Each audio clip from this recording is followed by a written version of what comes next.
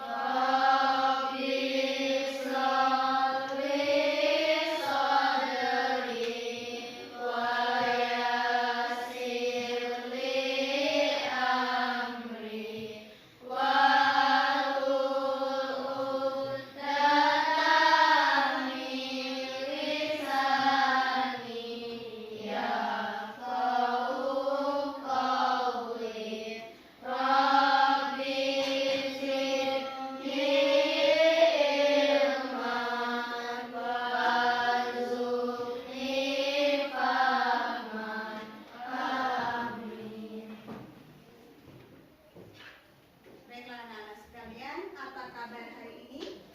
Alhamdulillah, luar biasa. Allahu Akbar. Untuk memastikan apakah kalian hari ini masuk semua atau tidak, Ustazah akan absen terlebih dahulu. Dengarkan baik-baik ya. Kalau dipanggil, pengucapan hadir atau hadiro. Al-Jeffrey, Hadir. Anggundea,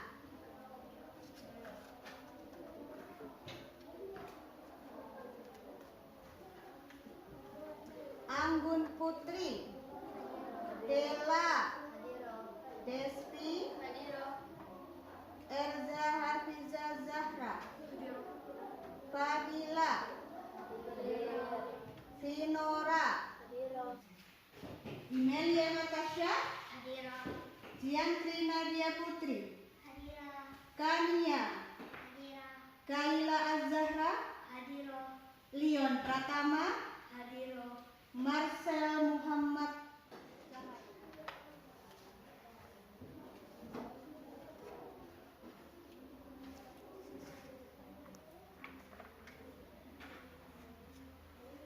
Pada minggu lalu, Ustazah sudah menyampaikan materi kita tentang menghapus kesalahanku dengan optimis, sifat optimis.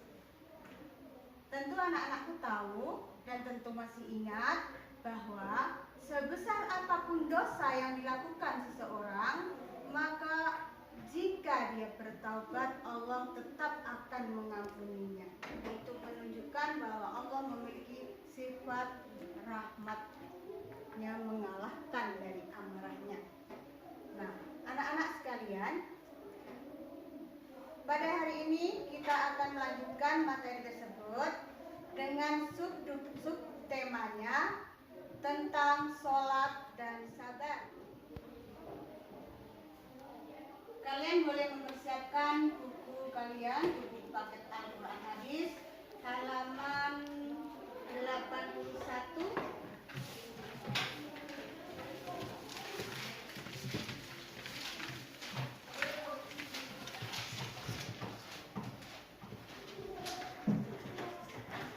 Materi hari ini berjudul Terhapus Kesalahanku Karena Dia Maha Pengampun. Adapun subtema yang akan kita pelajari yaitu tentang sholat dan sabar.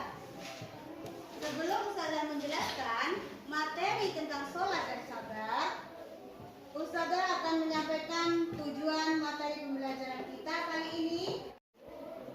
Tujuan pembelajaran materi hari ini yang pertama, agar supaya kalian mampu membaca surat Al-Baqarah ayat 153 dengan tartil dan fasih. Yang kedua, agar kalian bisa menerjemah surat Al-Baqarah ayat 153 dengan baik. Selanjutnya, kalian bisa juga menjelaskan isi kandungan yang terdapat dalam surat Al-Baqarah ayat 153 dengan jelas dan benar. Yang terakhir, supaya kalian bisa mempraktekkan isi kandungan dari surat Al-Baqarah ayat 153 tersebut dalam kehidupan sehari-hari. Demikianlah tadi tujuan yang harus kalian ketahui. Selanjutnya kalian perhatikan tayangan yang akan menggambarkan materi kita hari ini. Sudah jelas? Ada beberapa gambar yang sudah ditayangkan. Gambar pertama, peristiwa apa, Nak? Banjir. Iya. Yang kedua, gempa. Iya. Selain gempa dan banjir, kalian bisa mendapati ada beberapa orang di dalam gambar tersebut.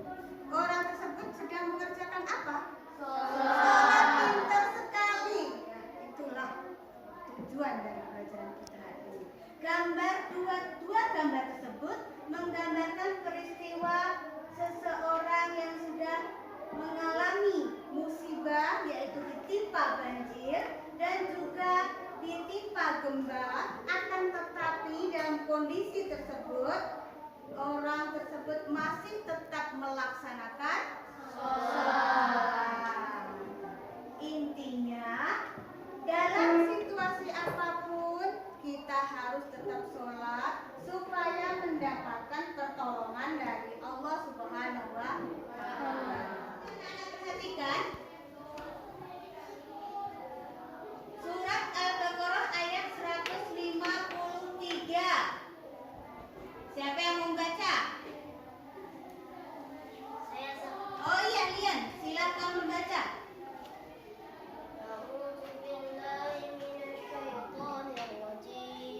Bismillahirrahmanirrahim. Ya ayyuhallazina amanu ista'inu bis-sabri was-salat. Innallaha ma'as sabirin. Shadaqallahul azim. Yang artinya, hai orang-orang yang beriman, jadikanlah sabar dan sholat sebagai penolongmu. Sesungguhnya Allah beserta orang-orang yang sabar. Quran Surah Al-Baqarah ayat 153. Iya, Allah Subhanahu wa Ta'ala berfirman dalam surat Al-Baqarah ayat 153 yang bunyinya Bismillahirrahmanirrahim. Ya ayyuhalladzina amanu ista'inu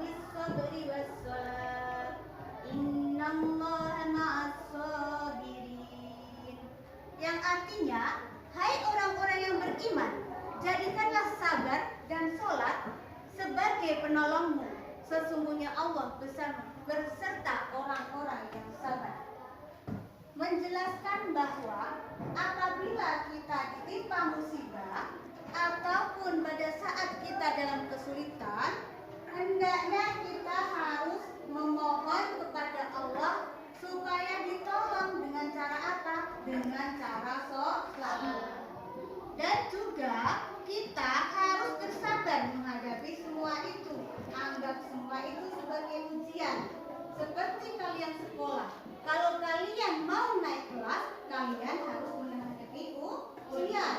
Demikian juga orang yang beriman, apabila dia ingin meningkat imannya, maka harus melaksanakan ujian dan lulus dalam melaksanakan ujian. Selanjutnya anak-anak,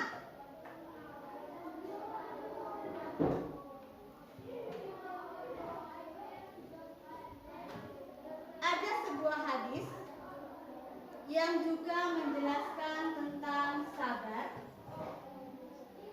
Sabar itu artinya menahan diri dalam menanggung sesuatu penderitaan, baik dalam menghadapi sesuatu yang tidak diinginkan ataupun dalam bentuk kehilangan sesuatu yang kita cintai.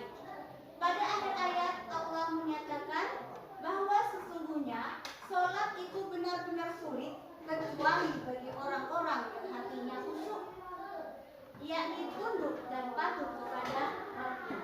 Hal itu menunjukkan bahwa sholat tidak menjadi solusi atas kesulitan yang mendera seseorang, kecuali sholat tersebut dilaksanakan dengan sungguh-sungguh dan juga dengan ikhlas dan juga dengan khusyuk. Bukan sekedar mengucapkan dan melafalkan ataupun sekedar melakukan gerakan, tapi yang penting adalah hati dan pikiran kita khusyuk, tawadhu, hadir kepada Allah. Hadis tersebut, ada sebuah hadis yang mengatakan, kana Nabi sallallahu alaihi wasallam idza hazabahu amrun sallam, yang artinya apabila kedatangan masalah, maka Nabi sallallahu alaihi wasallam mengerjakan sholat. Rasul saja pernah mengalami kesulitan, apalagi kita manusia biasa. Anak-anak, selanjutnya siapa yang mau mengartikan ayat yang sudah dibaca oleh Leon berkata? Oh ya Cinta, silakan maju ke depan.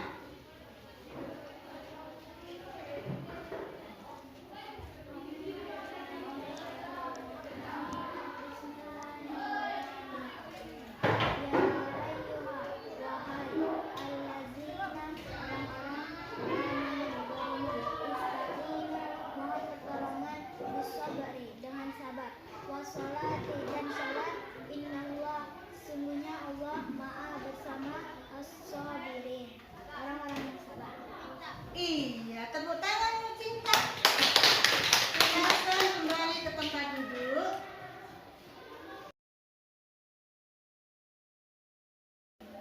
Selanjutnya, Ustazah ingin menunjuk salah seorang siswa yang bisa menjelaskan isi kandungan yang terdapat di dalam surat Al-Baqarah ayat 153. Siapa kira-kira ya? Tisa, silahkan maju ke depan. Isi kandungan Quran Surah Al-Baqarah ayat 153. Sebaik-baik sarana yang dapat membantu dalam menjalani berbagai kesulitan dan musibah adalah kesabaran dan sholat. Sholat akan mendekatkan seseorang kepada Sang Pencipta, sedangkan sabar adalah karena agar selalu dibimbing oleh Allah. Innallaha ala sabirin. Demikianlah penjelasan sekilas yang bisa Ustazah berikan. Selanjutnya kalian mempunyai tugas yang harus dikerjakan dengan kelompok untuk berdiskusi. Ustazah sudah siapkan 3 kelompok yang harus kalian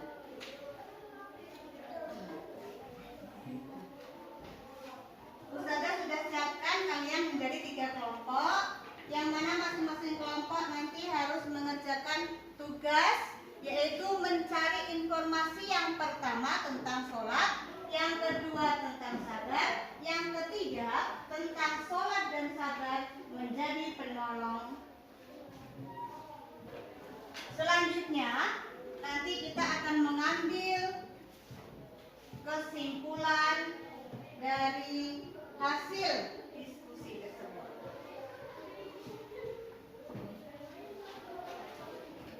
Ustazah siapkan juga lembar kerja kelompok atau LKPD kelompok.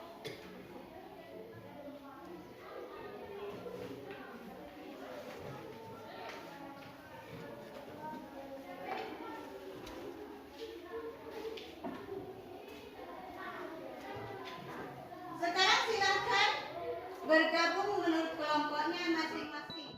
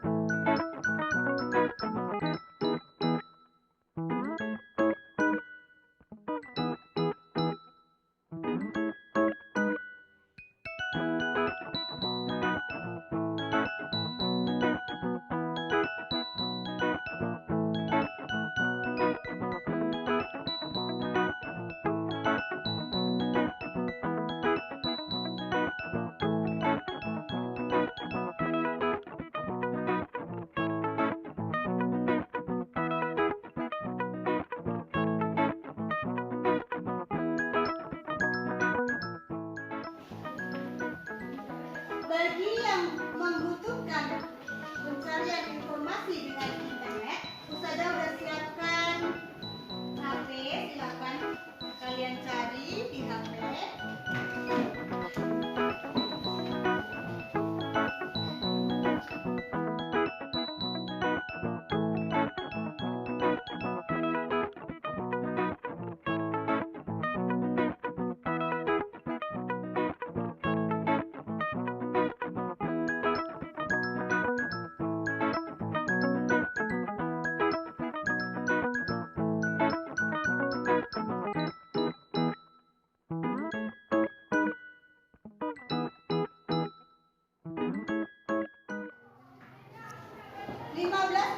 Berlalu, siap-siap kalian untuk presentasi.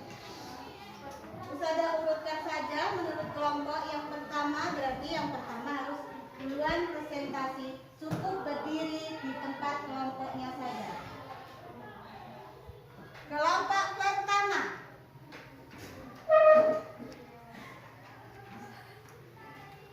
Apa hasil dari diskusi? Silakan dibacakan. Hasil dari diskusi dari kelompok 1, informasi tentang sholat adalah menurut bahasa sholat artinya berdoa, sebagaimana dalam Quran surat At-Taubah ayat 103, washolli alaihim qala sholat masakanahum, yang artinya dan berdoalah untuk mereka, sesungguhnya doamu menumbuhkan ketentraman jiwa bagi mereka. Sedangkan menurut istilah adalah perkataan dan perbuatan yang diawali dengan takbiratul ihram dan diakhiri dengan salam. Hikmah salat adalah yang pertama menjadikan hidup sehat, seperti dalam Quran surat Al-Ankabut ayat 45, Inna sholata tanha anil fahsya'i wal munkar. Dalam sebuah hadis dijelaskan bahwa amal seorang hamba yang pertama kali akan dihisab pada hari kiamat adalah sholatnya. Jika sholatnya baik, maka amal-amal yang lainnya juga menjadi baik. Seperti yang diriwayatkan oleh Abu Dawud, awalu ma yuhasabu bihil abdu yaumal qiyamah min a'malihi musholah fa in shalah shalaha lahu sahih. Yang kedua, membentuk kedisiplinan, meneladani nilai-nilai kedisiplinan yang terkandung di dalam pelaksanaan sholat dengan khusyuk. Aplaus untuk kelompok pertama. Plus untuk kelompok 1. Sekarang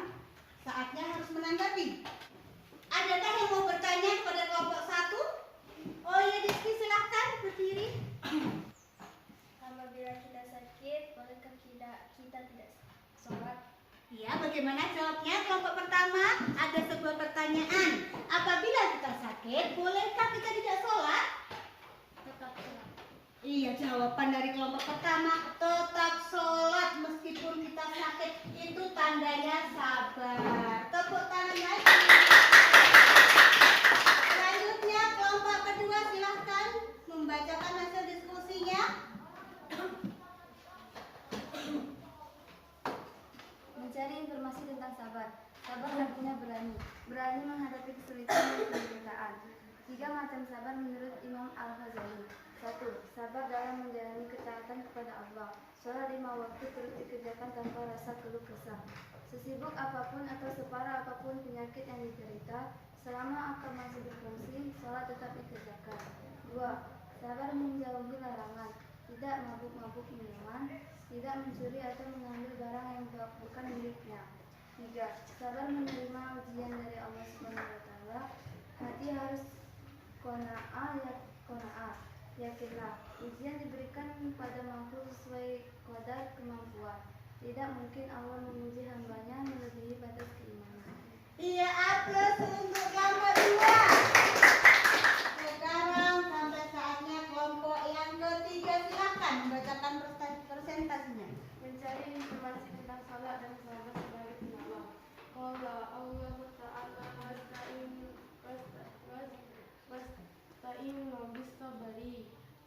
bisabri wa salalata biratu illa alayyatasinu.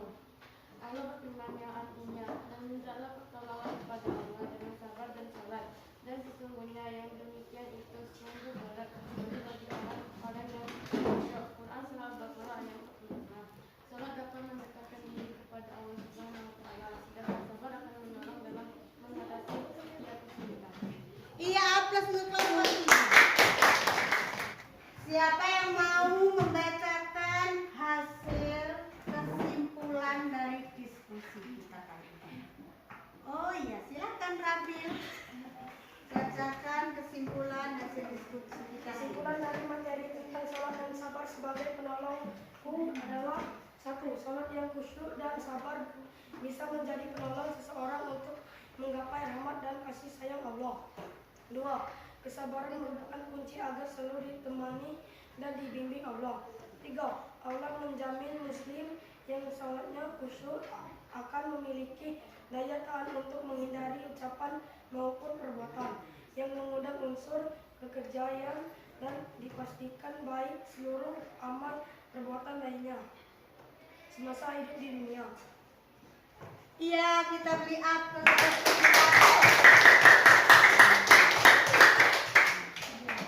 Sekarang saatnya kita akan menguji sampai seberapa hasil materi yang bisa kalian serap pada pembelajaran hari ini dengan permainan talking stick. Kalian semua maju ke depan.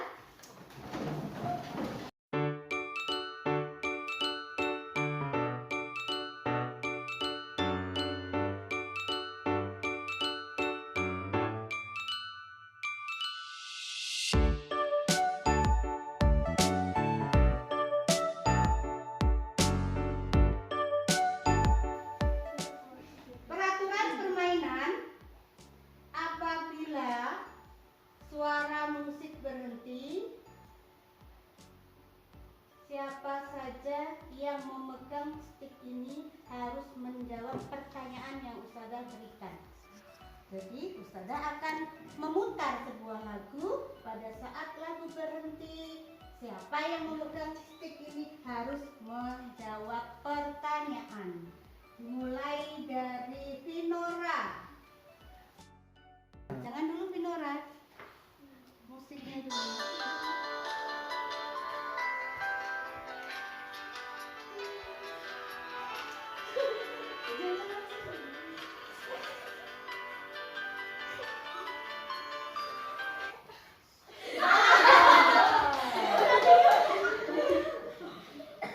Stick jatuh di tangan Nadia.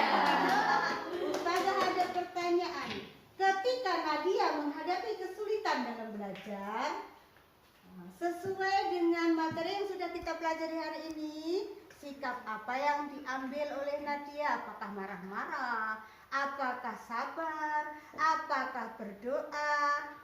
Jelaskan. Sabar dan tetap berusaha sampai bisa.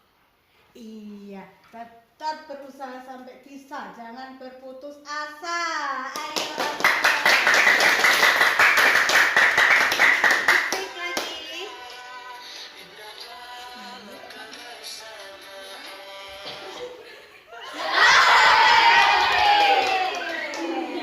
Pertanyaan kedua, Rabil yang sedang memegang stick, silakan mendengarkan baik-baik. Bolehkah kita berputus asa apabila mendapat kesulitan, misalnya tidak bisa dalam pelajaran matematika? Boleh berputus asa apa enggak, Rabil? Jawab. Tidak. Tidak, betul. Terus harusnya bagaimana? Terus berusaha Iya, harus terus berusaha dan setiap hari. harus terus berusaha. Setiap hari, itu jawaban yang bagus. Berarti menandakan Rabil ini punya sifat optimis. Itu materi yang kita pelajari minggu yang lalu. Nah, tentang optimis, tidak boleh berputus asa, apabila menghadapi kesulitan harus terus berusaha.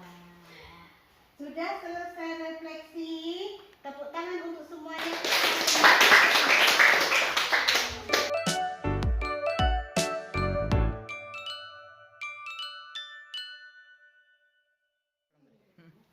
Dapat kita simpulkan bahwa sholat dan sabar itu sangat erat kaitannya, dan keduanya bisa menjadi penolong bagi kita semua, dari kesulitan, dari musibah, dan dari apapun.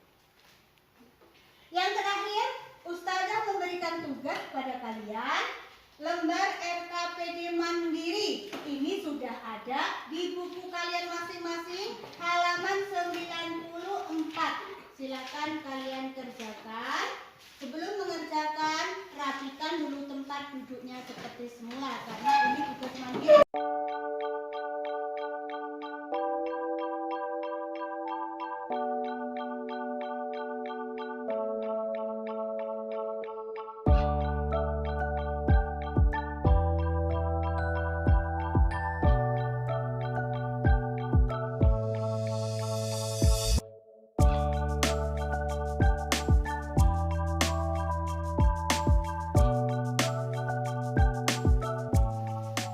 Sudah selesai anak-anak?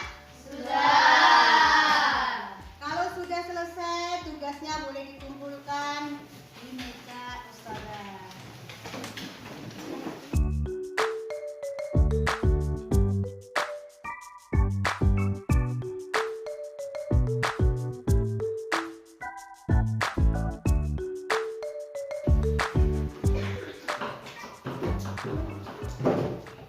Tugas sudah selesai kalian kerjakan. Mudah-mudahan ilmu yang kita dapatkan hari ini menjadi berkah dan bermanfaat di dunia wal akhirat. Allahumma amin. Pembelajaran hari ini kita akhiri seperti biasa dengan membaca doa. Silakan ketua kelas memimpin membacakan doa. Doa hidayah. Wa